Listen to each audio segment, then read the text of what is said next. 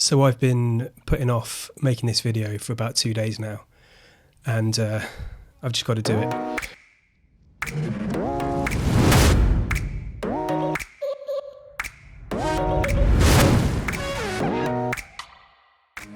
What I'm going to be talking about today is making stuff, but there's a really important message and someone who I'm going to be dedicating this video to, and that's Stu Holes, or Morris.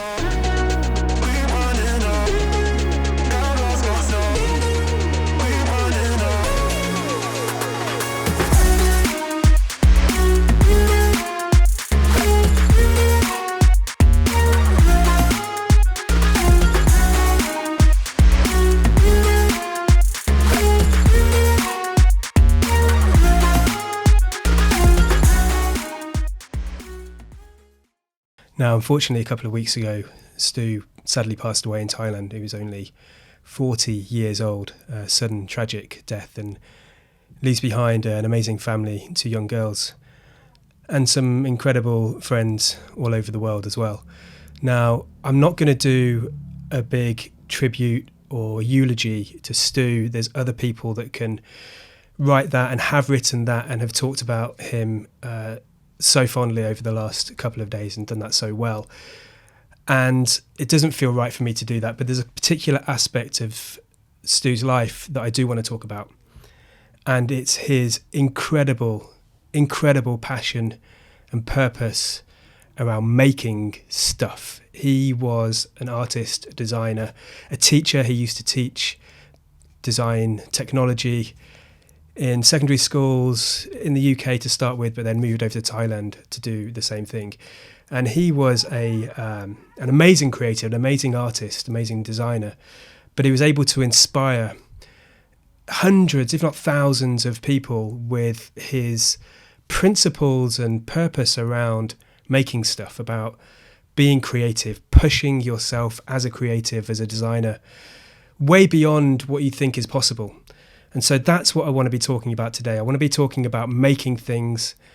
I want to be talking about how you and anybody can be creative. And I want to use Stu and his legacy and what he was able to achieve as a bit of a backdrop for this video.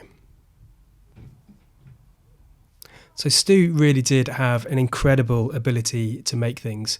And I want to share a couple of the things that he's done and the stories that people have told me about what he made. And this story I think is absolutely fantastic from Budgie. Went over to his house that day just for a brew, which usually meant beer.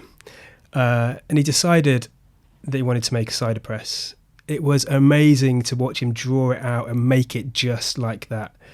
I'd like to say I helped, but his head was like a computer. He just had it up there and it was amazing to watch. He was so talented. That day always stayed with me. I couldn't believe how talented and creative he was, with being nuts and a great laugh too. An amazing man. He did have this ability to see something, to see wood offcuts and just create something amazing, useful, but beautiful as well. This perfect combination of function and form, something that has a value, that does something functionally but also looks like a beautiful thing as well. I love this story from another friend of ours, Aki.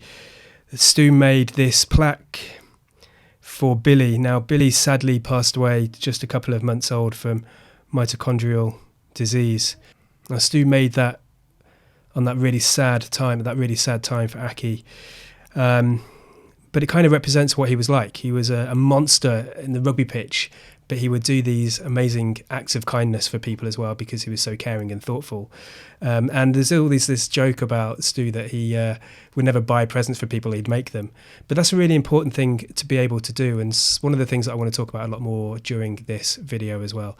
Now, Stu had this, as you said, amazing ability to design, to make stuff, to be an artist, to create. But I think the thing that goes way beyond that was that he translated that passion of his into a passion for teaching as well. And he was able to inspire and motivate people to become their best selves and to push way beyond what they're able to do. And this is the story that I want to carry on with. I don't want to make this, a sad story about a guy that shouldn't have passed away. That is absolutely true, and there's a huge amount of heartache that a lot of people are feeling from this. But I want to look at the positives of what he was able to do, inspiring people to create. Now, there are very few things, I think, that are better than being able to do that. He also, I think, believed that you weren't born with a talent, that creativity, the design, that being artistic was something that you could learn. And that was one of his big principles with teaching and with conveying this story, is that anybody can do this. And I remember having a conversation on social media with him about this book, about Carol Dweck's mindset. And you're probably familiar with this idea of growth mindset, changing the way you think to fulfill your potential. Now, some people believe that what you're born with is what you've got.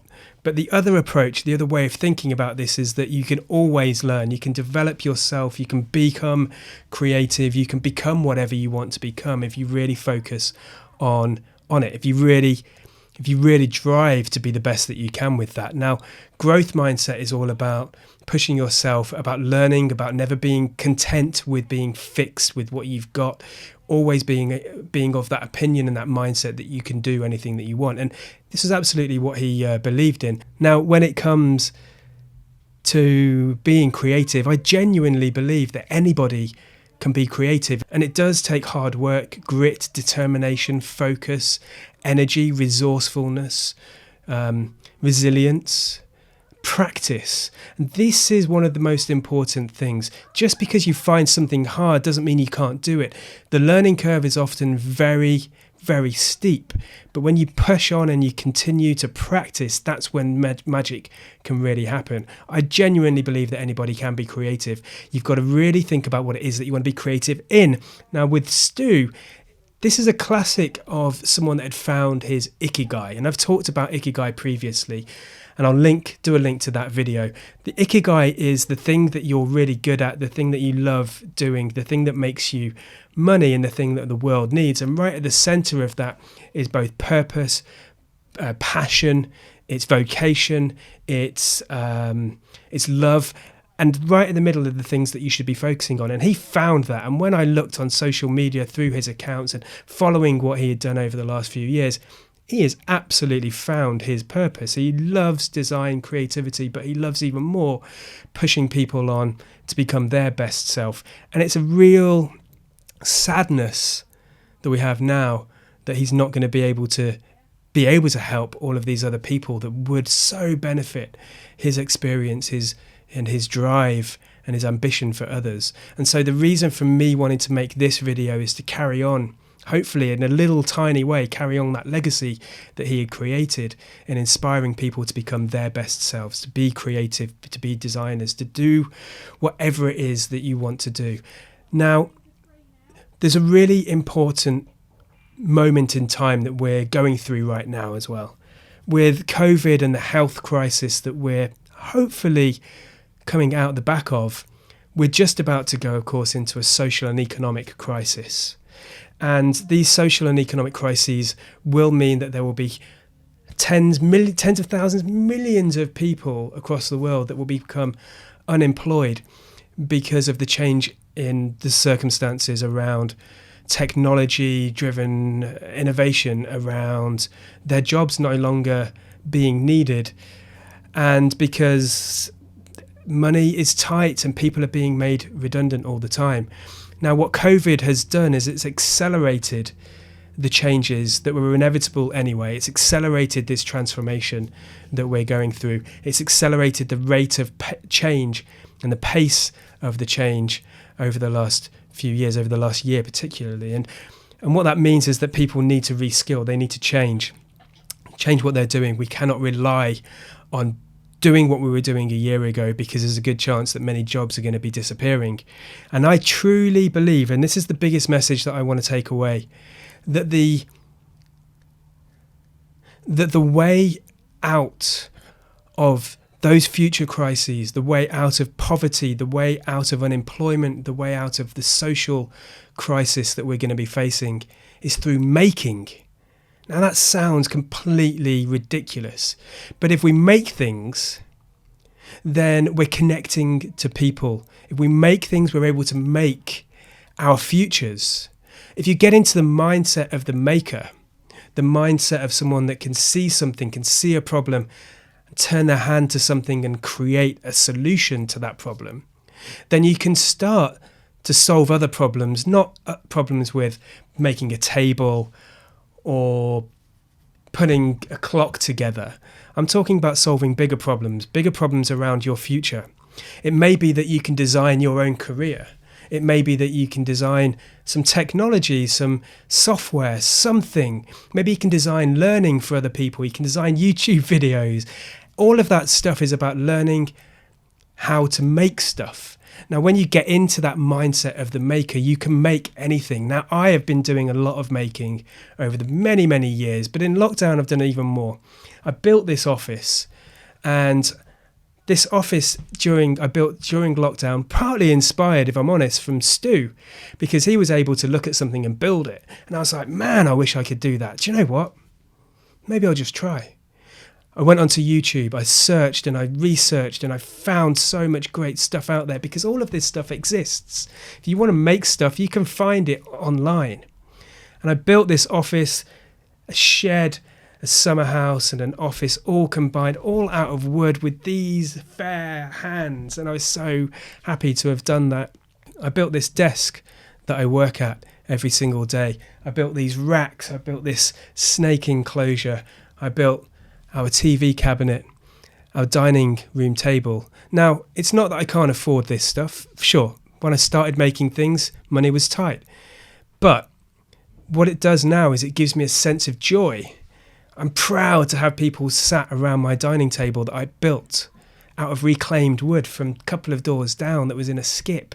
That table cost me next to nothing. 30 quid, I think. And it's a beautiful thing, and it's a joy to have people around and to serve them dinner that I'm making as well around the table that I made. Now this idea of making was talked about in this book by David Gauntlett called Making is Connecting. And it's 10 years old now. But this book I remember reading when I was doing a master's in education. And it really stuck with me. The power of making really stuck with me then. And it's something that has stuck with me since. And I want to talk about this final few paragraphs. I'm going to read out these final few paragraphs because I think it really brings everything together that I stand for, and I know that Stu stood for as well. And I hope that if there's anything that we can do from this dreadful situation, it's inspire other people to become makers themselves, designers, artists, craftspeople, making things. It's got to be a good thing, and you can connect with other people in such an amazing way by doing this. So he goes on, he talks about in this book about near future scenarios, which really now are not the future. These are really here. So these near future scenarios I've painted above are all part of the shift that I've described as being from sit back and be told culture, which became entrenched in the 20th century, towards making and doing culture, which could flourish in the 21st century, and I think is starting to. Again, Stu in his teaching practice was never the kind of sit and be told. He would show people how to do things by example. It's a really important part of what he was able to do and what we can do as designers and practitioners and creatives and makers in the future. Many people have become comfortable with the undemanding role that contemporary culture expects us to enjoy. It appears pleasant enough, allows us to consume wall-to-wall entertainment, but nothing very bad seems to happen. But at the same time, we're not left with a feeling very whole or fulfilled or creative. And bad things are happening. See all the evidence of social isolation, fragmented communities, environmental pollution, climate change in particular. This is not going away, it's only getting worse. But if we choose not to notice them, that's when bad things happen. It doesn't seem right to suggest that people just don't know what's good for them, but the empirical research on happiness and well-being does show a clear mismatch between the things which we say help us to feel positive, alive and connected, and the things which we actually spend most time on. It sounds illogical, but we all do it. And because modern life is so tiring and complicated, we're often likely to welcome the blessed relief of the sit back and be told elements which don't require us to do anything. This making and doing culture does require a bit more effort, but it comes with rich rewards. Making things shows us how powerful, creative agents we are. People who can really do things that other people can see and learn from and enjoy. Making things is about transforming materials into something new, but it's also about transforming one's own sense of self. Creativity is a gift, not in the sense of it being a talent, but in the sense that it is a way of sharing meaningful things, ideas, wisdom, which form bridges between people and communities. Through creative activity where making is connecting, we can increase our pleasure of everyday life, unlock innovative capacity, and build resilience in our communities so that we can face future challenges with confidence and originality. Now, I know that Stu would have loved hearing that, and it's absolutely true. So here is what I'm asking of anybody that would watch this, is think about what you can make. Think about how you can connect. Think about what making and connecting can do for you. Now, the final thing that I do want to say is that through this tragedy, hopefully everybody can learn and can move on and make things, but also connect to people, connect on a human way. I've long neglected people that I've known over the years and neglected to get back in touch with people, and now's the time for me to get back in touch with people and to connect in a rich and meaningful way. And I urge everybody to go forth and do that. Make and connect. Together, we're much, much stronger.